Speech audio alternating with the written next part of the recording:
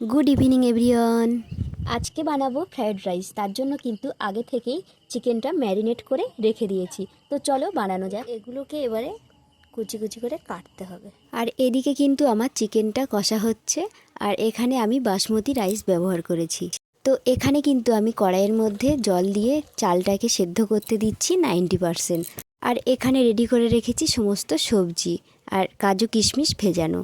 তারপরে কিন্তু চালটা এখানে হয়ে এসেছে, তো আমি ছেঁকে নিচ্ছি একটা ছাঁকনির সাহায্যে। তারপরে চলো বানানো যাক। সবজিগুলোকে একের পর এক ভেজে নেব। তার জন্য কড়াইতে পরিমাণ মতো সাদা তেল ও ঘি ব্যবহার করেছি। তারপরে একের পর এক গাজর, বিনস, মটরশুঁটি, ক্যাপসিকাম দিয়ে ভেজে নিয়েছি। এদিকে কিন্তু আমার ভাতটাও রেডি হয়ে গেছে। সবার লাস্টে দেব গোলমরিচ গুঁড়ো আর ঘি। আমার ফ্রায়েড রাইস তো রেডি। তো কেমন হয়েছে অবশ্যই কমেন্টে জানাবে। আজ আসি।